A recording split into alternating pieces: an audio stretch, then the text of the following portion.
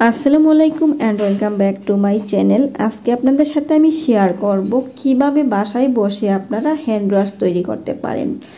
একদমই অল্প খরচে আমি আজকে বাসায় হ্যান্ড ওয়াশ তৈরি করব, তাই ভিডিওটি আপনাদের সাথে শেয়ার করছি।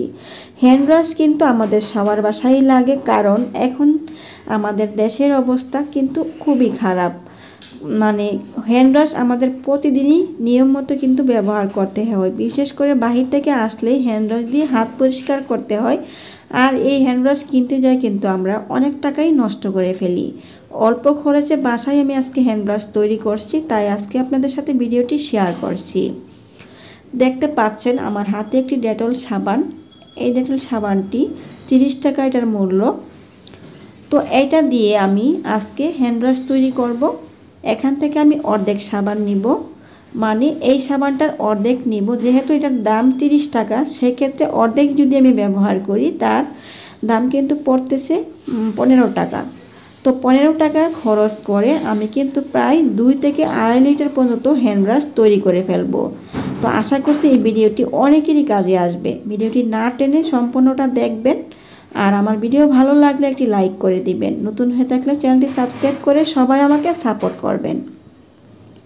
তো দেখতে পাচ্ছেন একটি গ্রেটারের সাহায্যে ঠিক এইভাবে সাবানটাকে আমি কুচি করে নিচ্ছি। আপনারা চাইলে বটি দিয়েও করতে পারবেন, কোনো সমস্যা হবে না। তো যেহেতু আমি অর্ধেকটা সাবান ব্যবহার করব, সেই ক্ষেত্রে আমি ঠিক অর্ধেকটাই এরকম কুচি করে নিচ্ছি। অর্ধেকটা নেওয়া হয়ে গিয়েছে। এই সাবানটাকে আমি রেখে দিব। এটা আমি পরবর্তীতে আবারও হ্যান্ড ওয়াশ তৈরি করে নিব। তো দেখতে পাচ্ছেন এখানে পরিষ্কার একটি পাতিল নিয়ে নিলাম। এবার এই সাবানের গুঁড়োগুলোকে আমি এই পাতিলে দিয়ে দিচ্ছি। দিয়ে দিব 1 লিটার পরিমাণ পানি। পানি দেওয়ার পর চামচ দিয়ে নেড়েচেড়ে মিশিয়ে দিচ্ছি।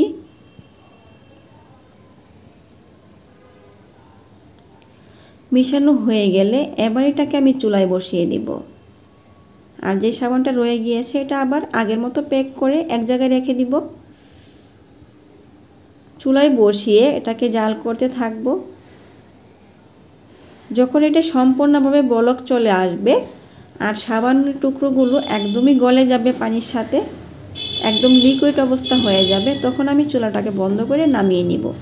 এটা খুব বেশি জাল করতে হবে না। যখন একটি বলক চলে আসবে আর সাবানগুলো সম্পূর্ণভাবে গলে যাবে, তখনই চুলাটাকে বন্ধ করে এটা সম্পূর্ণভাবে ঠান্ডা করে নিব। একদমই ঠান্ডা করে নিতে হবে।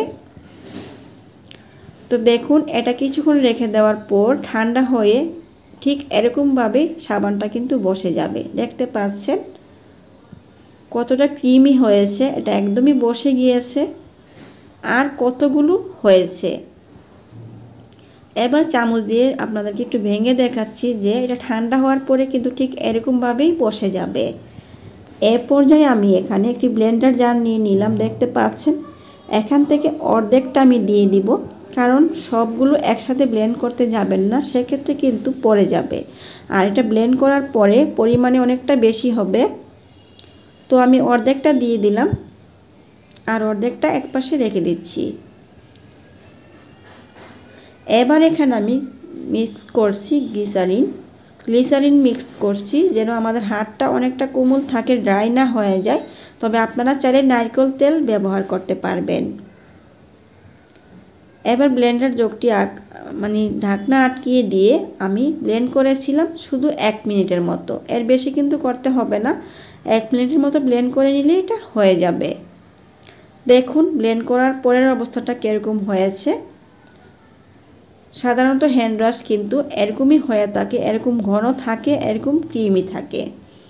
তো সেমভাবে আমি যতটুকু আবার বাকি ছিল সেটুকু আমি আবারও সেম নিয়মে ব্লেন্ডারে ব্লেন্ড করে নিচ্ছি। তারপরে আমি আপনাদেরকে দেখাচ্ছি যে কতটা হ্যান্ড ওয়াশ তৈরি হয়ে গেল।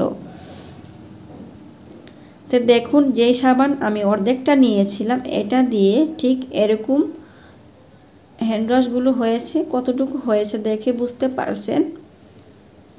বড় বাটিতে 1 বাটি হয়েছে, আর যে পাতিলে আমি সাবানটাকে জাল করেছিলাম সেই পাতিলটা দিয়েও কিন্তু 1 পাতিল হয়েছে। এবার আমি এখানে 2 লিটারের একটি বোতল নিয়ে নিলাম। বোতলের ঠিক উপর থেকে ধরে এভাবে আমি হ্যান্ড ওয়াশটা ভরে নিচ্ছি। এইভাবে বোতলে ভরে হ্যান্ড ওয়াশটা রেখে দিলে আমরা যে হ্যান্ড ওয়াশের প্যাকটা কিনে আনে থাকি বাজার থেকে, এগুলো কিন্তু আমাদের সবার বাসায় থাকে। তো যখন আমাদের ব্যবহার করার প্রয়োজন এই বোতল থেকে ঢেলে ওই বাটিতে নিয়েই কিন্তু আমরা ব্যবহার করতে পারি। তো যেহেতু আমার এখানে অনেকগুলোই হয়েছে, সেক্ষেত্রে আমার তো সবগুলো একসাথে আর লাগবে না, সেই জন্য আমি এই বোতলে ভরে নিচ্ছি। তো 2 লিটারের বোতলটা ভরে নেওয়ার পর আবারও কিন্তু একটা ছোট বোতলে ভরে নিব, কারণ এটা কিন্তু একদমই ভরে গিয়েছে। তারপরে নিশ্চয়ই অনেকে প্রশ্ন করবেন যে এটা ব্যবহার করে কি আমাদের হাত পরিষ্কার হবে, জীবাণুমুক্ত হবে কি না, হাতে ফেনা হবে কি না, সেটাও আমি কিন্তু বুঝিয়ে দিব। অবশ্যই আমি এটা ব্যবহার করে দেখাবো আপনাদেরকে যে হাত কতটুকু পরিষ্কার হবে।